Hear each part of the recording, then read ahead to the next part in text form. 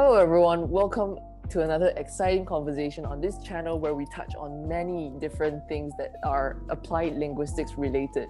If you're a new listener here, my name is Sean and I'm a second year English and Media student at Swansea University. I'm a current intern for the Applied Linguistics department. Here's a little teaser. We've got many interesting applied linguistics related content coming your way, so consider hitting that subscribe button or follow us on our social media channels. We've always been on Twitter, we have a blog, and now we have a newly launched Instagram account, so you can catch us there. The links will be in the description below. Today, I am once again given the wonderful opportunity of interviewing another brilliant PhD student. If you've gone to those applied Appling Tuesdays, you'll be able to see her once or twice there. But today, let's officially meet her and have a chat with her today. Let's put our hands together to welcome our guest for today, Keighley. Yay! So this is your first appearance on this channel. It's my first time speaking to you, not just listening to what you have to share. So I get to ask more questions now. If I could get you to introduce yourself and let the listeners know who you are, what you're doing, how did you get here? We invited you, yes. Yeah, so I'm Keighley. I'm currently in my second year of my PhD at Swansea, going into my third year now, next academic year, which will be my final year. So that's when all the fun will start.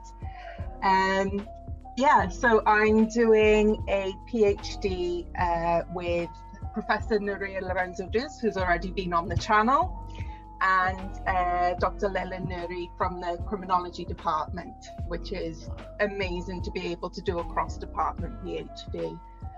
Get to pick up on loads of different skills from both my supervisors. Yeah. So my PhD is looking at how we construct political communities online and how we then use those political communities and identities to attract more people in. So kind of a little bit of propaganda and a little bit of, social media. So studying a lot of Twitter as well as using a lot of Twitter. So blurs the boundaries quite a bit. Ooh, wow, sounds interesting. What inspired you to do a PhD, to pursue a PhD? I think it was a combination of my love for the subject and my interest in the topic. It sounds a little bit cliched, but I've always been interested in linguistics from a young age. So always fascinated by language. So at least from the time that I started my undergrad, I wanted to go on to PhD and study it as far as I possibly could. It's my dream to work in academia in the future. So PhD would be a perfect opportunity for me to be able to get into that career. So doing a PhD not only develops the research part of your skill set, but it also develops a lot of career opportunities as well. So as you said, I've been doing a few of the departmental talks. I'm going to be doing a bit more teaching next year, so you get quite a lot of careers experience through doing a PhD too.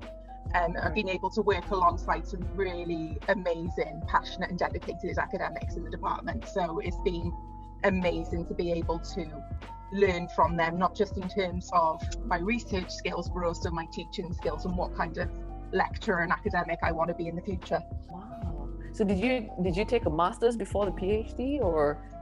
Yeah, I did a master's in forensic linguistics down in Cardiff. So looking at language and law and how we use language in the legal system. I also came back to Swansea then and did an MPhil. So I did a project on how news reporters represent mental health in the media and how media guidelines try to help the way that we talk about mental health in the press so that we can better represent it and people have a better understanding of what mental health is. How was the transition like? From an undergraduate to a master's to a PhD? I found the biggest jump between master's and PhD.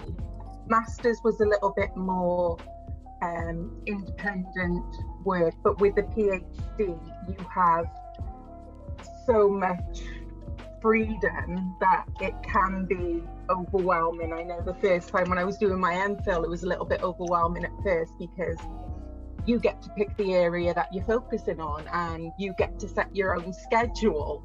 So it's fun in that respect, that you can set your own day and decide how your research is going to go.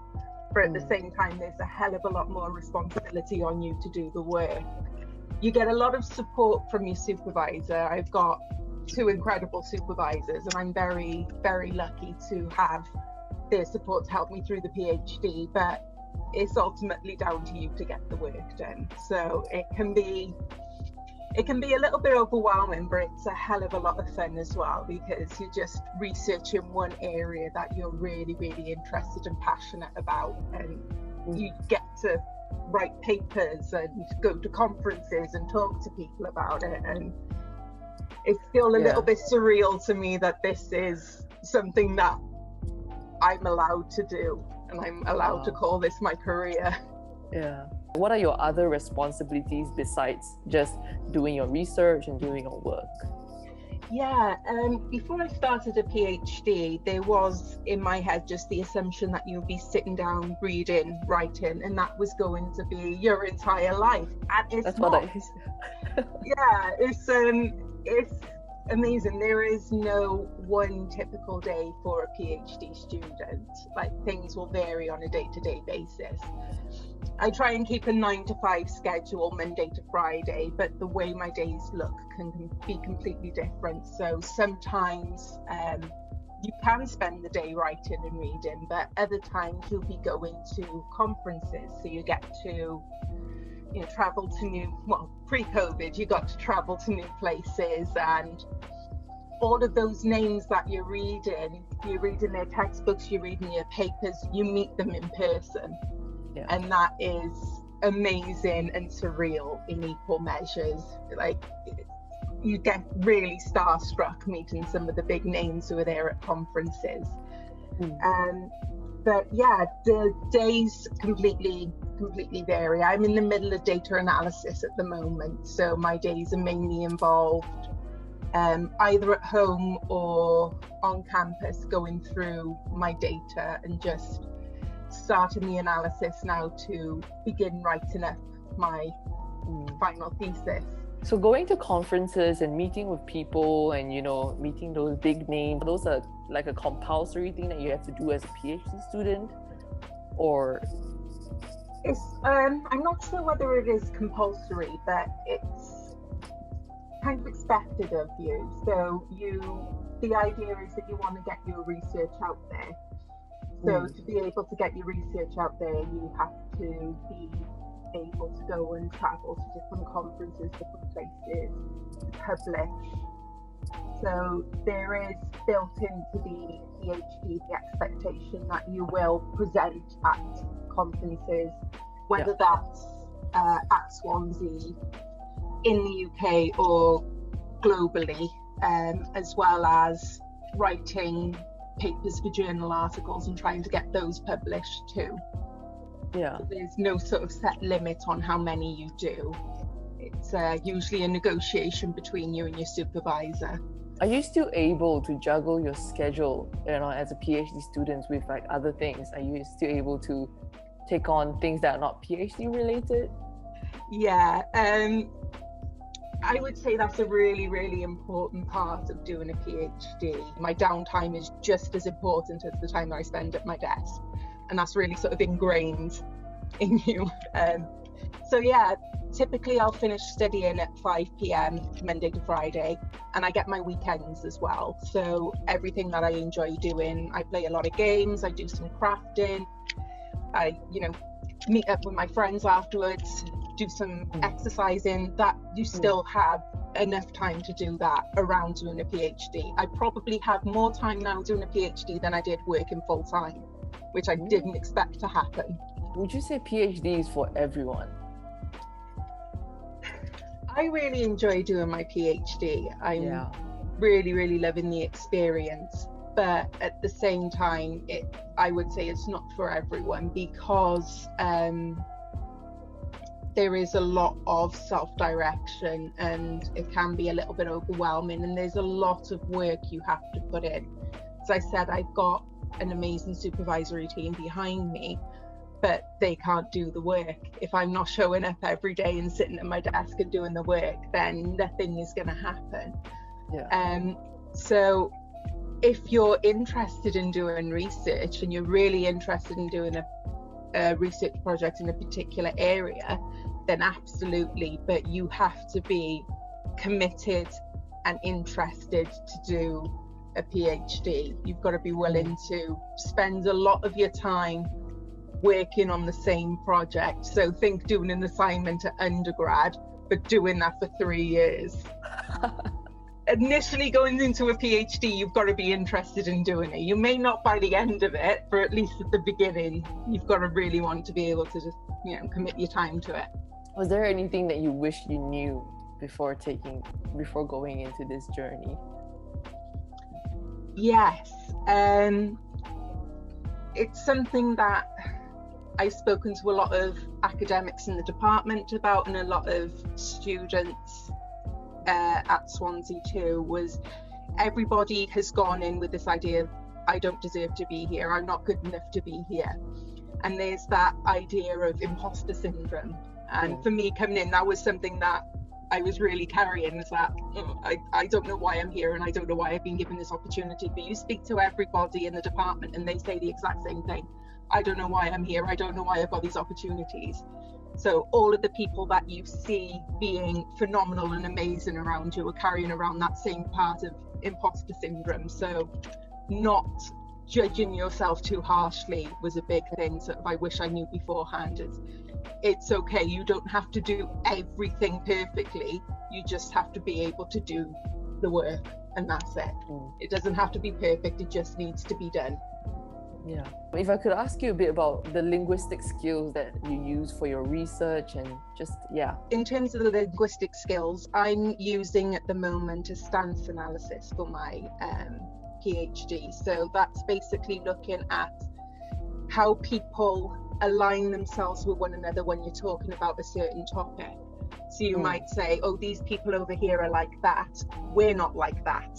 And it's saying we're similar to one another and these people are different. And it's looking at how people use language and also images. So I'll be doing some image analysis for my PhD as well. So how they're using both the words that they're sending in their tweets, as well as the images that are accompanying them, to project an image about themselves and this whole sense of identity and who they are, and how you do that through language.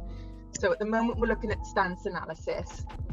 It's quite complicated to wrap your head around, but I mean, I've gone through 1,300 tweets by now, so I hope I've got my head around them. Are there any skills that you used in your research project, let's say this year, or within these 2 years, that were new to you?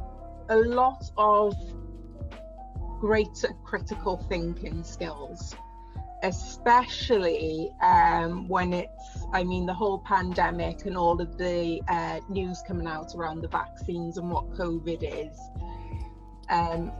You do learn a lot of critical thinking skills as an undergrad, but at a postgrad, you're really taught to critique other academics' ideas. So it's not just, an academic has said this, you must believe it, but it's looking at what they've said and how they've come about those findings. So critical thinking skills, definitely, and then transferring that into critical writing as well, which has been quite tricky to get your head around. So being critical about not only other people's work, but also your work. And as you're writing this amazing piece of research, also pointing out your own flaws, and that's like quite daunting in the beginning. But those are sort of the two main skills that have really come out through the PhD. Why Swansea University? This is not in the questions, but I'm curious because I was just talking to Tesni, and she seemed to be getting very good support to continue to go down this path. but she was someone that didn't wanted to do a PhD at first, but you wanted to do PhD. And so why Swansea University? When I was looking around at universities too, initially it was my MPhil.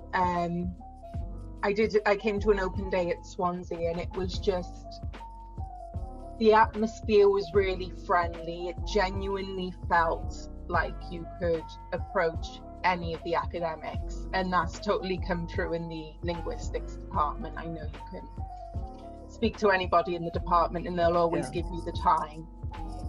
But also the well-being service is phenomenal as well. So if you ever needed support in terms of mental health support, or just help managing your stress levels, that was something that really stood out to me. It almost felt like Swansea was going above and beyond what other universities were able to offer. So you could be assigned a mentor to work with who will meet with you as often as you need them to meet with you, just to talk through your experience with them. And it was just phenomenal. And then coming in, meeting the staff, meeting my supervisor, and it was just like, yeah, this is the perfect fit. Like, the community in the department is just amazing. The academics are really welcoming, the students are really welcoming.